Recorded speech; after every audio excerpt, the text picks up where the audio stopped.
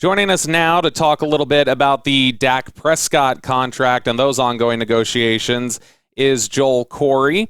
Joel writes about the NFL and salary cap matters for CBS Sports. He is a former sports agent who helped found Premier Sports and Entertainment, a sports management firm that represents professional athletes and coaches. Before his tenure at Premier, Joel worked for Management Plus Enterprises, which represented Shaquille O'Neal, Hakeem Olajuwon, and Ronnie Lott. You can follow him on Twitter at CorryJoel.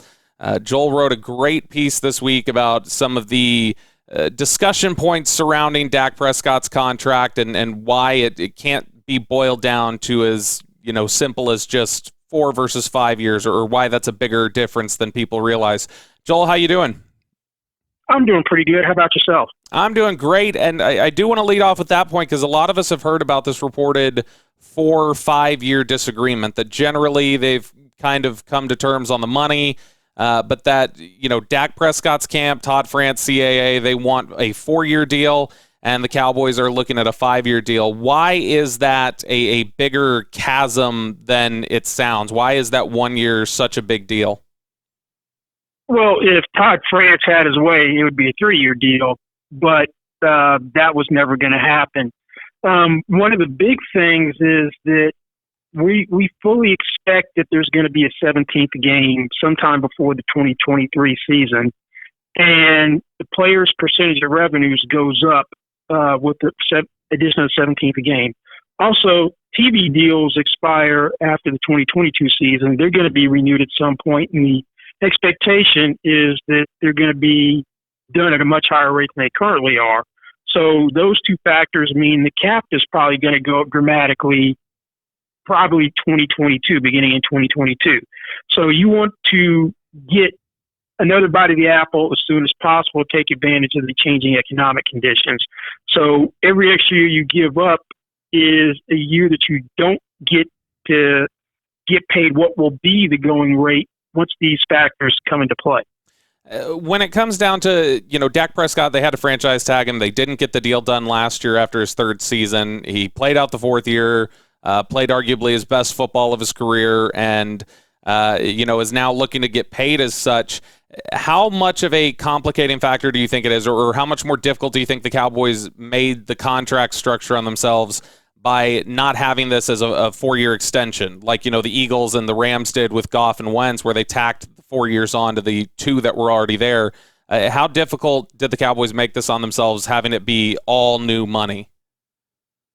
Yeah, well, if you have a deal done when there's remaining years in the contract, you get better control on how you manage the cap, because if Dallas had a 5th year as opposed to just 4 years, and they could prorate a signing bonus an extra year. And what Dallas really likes to do is do longer deals than that, where they have the proration for the 5 years for the signing bonus, and if they restructure a deal for cap purposes and there's a 6th year, then you can prorate the restructure over the original 5 years of proration plus the extra year, the 6th year. So they won't have that luxury on a straight 4-year deal.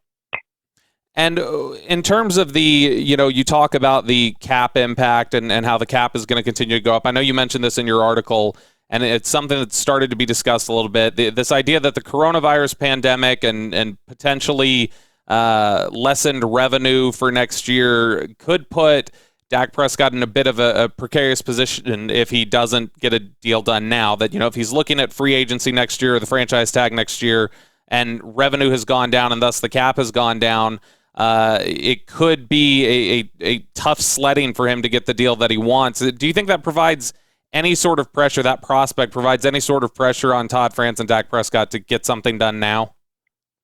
Well, if you're Todd France, you have to raise that issue to your client just to make them aware of it. And ultimately, they have to decide how important that potential risk is. We've seen in years where there hasn't been a huge increase in the cap, the top free agents get paid anyway.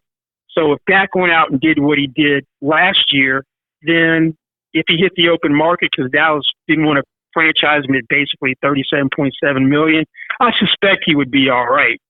Now, if he regressed or got hurt, that'd be a different story.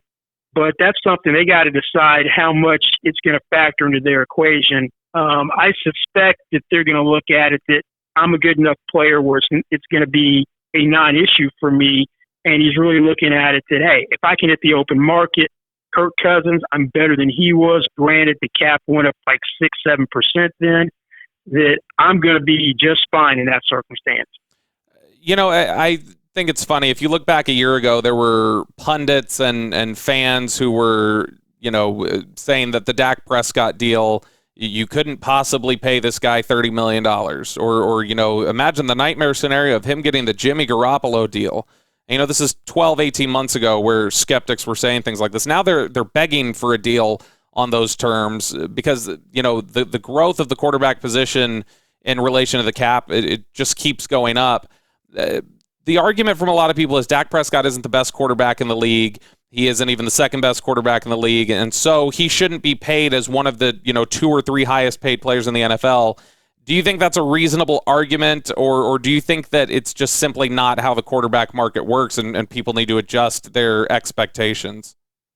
No, people need to adjust their expectations. Let's go back a little bit, and I'll give you why that doesn't matter. Has Derek Carr ever been the best quarterback in the NFL? No. He was highest paid player when he signed his deal. Matthew Stafford can't win a playoff game when he signed his contract. Highest paid player in the league. Jimmy Garoppolo only had a handful of starts with the San Francisco 49ers, became the highest paid player in the league. Kirk Cousins, up until this year, was horrible in any type of pressure situation, became the highest paid player in the league. So that type of narrative has to go out the window, that when you are up and you are a good quarterback to great quarterback, then there's potential for you to become the highest paid player in the league. Here's one thing Dallas should be concerned about, that if between now and the July 15 deadline for franchise players to sign long-term, that Patrick Mahomes gets a deal done and he's got a 4 as the first digit in his average yearly salary, or Deshaun Watson does the same, because after they dramatically reset the tackle market with Laramie Tunsil in a way nobody imagined, I'm not ruling out Deshaun Watson getting there. If you have those 2 things in the marketplace, anything you're talking about today becomes obsolete in Todd Francis's mind, and you're going to have to account for the changing market conditions to get a deal done with Dak at that point. If you were representing Dak Prescott, is there any way, because I know the reported guaranteed money figure has been potentially $105 million, and that would come in below Jared Goff and Carson Wentz, who were in his draft class and who just got their deals done. If you were representing Dak, is there any way you're taking a guarantee that falls below both of those players? Not on a 5, and probably not on a 4 either. Particularly on a 5, because one thing that I would want Dallas to do was, from a cash flow standpoint, do something they didn't do for Dez Bryant, DeMarcus Lawrence, their last 2 franchise players. Their cash flow after each year pales in comparison to the new money cash flow for Derek Carr, Matt Ryan, and Matthew Stafford when they did their 5-year extensions.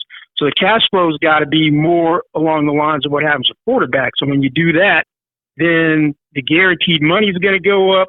The amount which is going to be fully guaranteed signing goes up, which we don't even know what it is in this offer.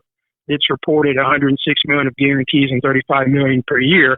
But we got to assume that any deal that Dak would sign, the first 2 years are going to be fully guaranteed at signing, and the 3rd year guarantee is going to vest at the beginning of the 2nd year. It's going to be guaranteed for injury when you sign, but becomes fully guaranteed at the beginning of the 2nd year of the contract.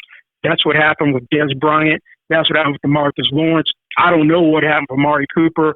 His contract isn't structured like that, and that's inexcusable given he was on the open market. When you look at, there's been some discussion that, you know, if the Cowboys are playing it this way, they must not really want Dak Prescott, or they must have sincere questions about Dak Prescott as the guy. If you were on this side for Dak Prescott, would you interpret the way the Cowboys have handled this negotiation as doubt in Dak Prescott's abilities, or would you just look at it as this is just the game and they're playing it this way? It's just a game that they play, because if they really had doubts about him being the guy, given you had a glut of quarterbacks this year that were available, they wouldn't have stuck the franchise tag on him at all and seen if someone would have made a huge run at him, or stuck a transition tag on him instead and had a right to match something.